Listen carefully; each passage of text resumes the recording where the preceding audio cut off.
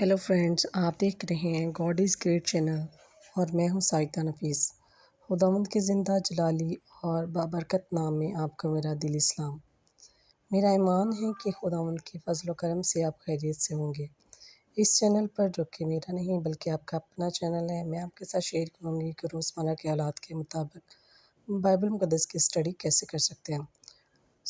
آج کا میرا ٹاپک ہے کہ اگر آپ افسردگی کی حالت میں ہیں تو بائبل مقدس میں اس کے بارے میں ہمیں کیا درس ملتا ہے۔ ویڈیو کو اینڈ تک ضرور دیکھیے گا تاکہ آپ کو میری بات کے اچھے سے سمجھ آ سکے، اور اگر میری ویڈیو آپ کو اچھی لگے تو ویڈیو کو لائک اور چینل کو سبسکرائب ضرور کیجیے گا تاکہ آپ کو میری ہر نئی آنے والی ویڈیو سب سے پہلے مل سکے اور آپ اپنے ایمان کو خداوند پر اور زیادہ مضبوط اور پختہ کر سکیں۔ تو چلیے شروع کرتے ہیں اپنی ویڈیو کو اور سیکھتے ہیں کہ بائبل مقدس میں افسردگی کے بارے میں ہمیں کیا درس ملتا ہے۔ مقدس متی کی انجیل اس کے 5 باب اس کی 4 آیت۔ مبارک ہیں وہ جو غمگین ہیں کیونکہ وہ تسلی پائیں گے۔